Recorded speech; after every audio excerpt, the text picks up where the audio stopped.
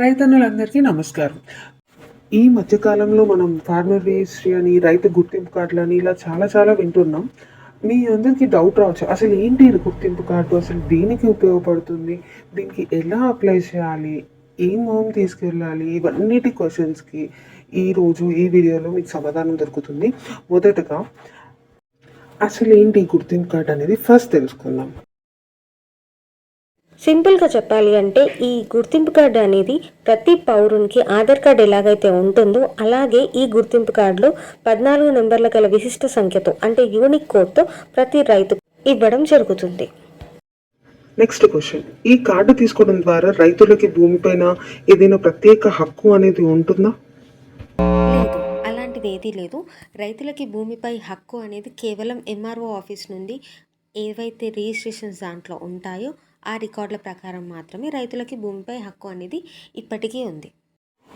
అలాంటప్పుడు ఈ కార్డ్ వల్ల రైతులకు వచ్చే లాభాలేంటి? అసలు దేనికి ఇది ఉపయోగపడుతుంది? రైతులు ఎందుకు దీన్ని అప్లై చేసుకోవాలంటారు?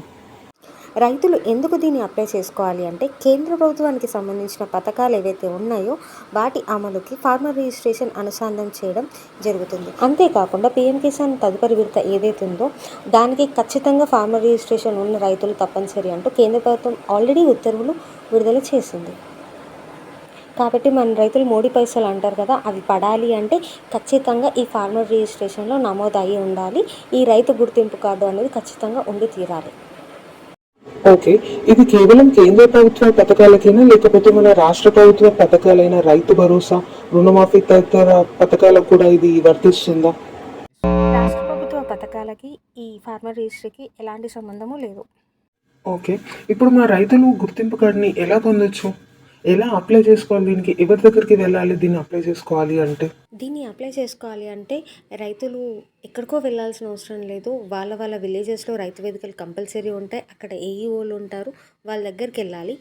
వెళ్ళేటప్పుడు ఆధార్ కార్డ్, ఇంకా ఆధార్ కార్డ్ లింక్ అయి ఉన్న మొబైల్ నెంబర్ ఏదైతే ఓటీపీస్ వస్తాయో ఆ ఫోన్ కంపల్సరీ ఉండాలి. ఎందుకంటే 1 కాదు 2 కాదు 3 ఓటీపీలు వస్తాయి. అది ఖచ్చితంగా రైతులు చెప్పాలి. చెప్పిన తర్వాత మీకు ఒక సంఖ్య అనేది జనరేట్ అవ్వడం జరుగుతుంది.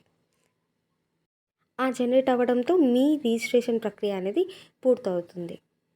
విన్నారు కదా, ఇది ఫార్మర్ రిజిస్ట్రీ గురించి పూర్తి సమాచారం ఎంతో డీటెయిల్గా ఇచ్చాననే అనుకుంటున్నాను. నచ్చితే లైక్ చేయండి, షేర్ చేయండి.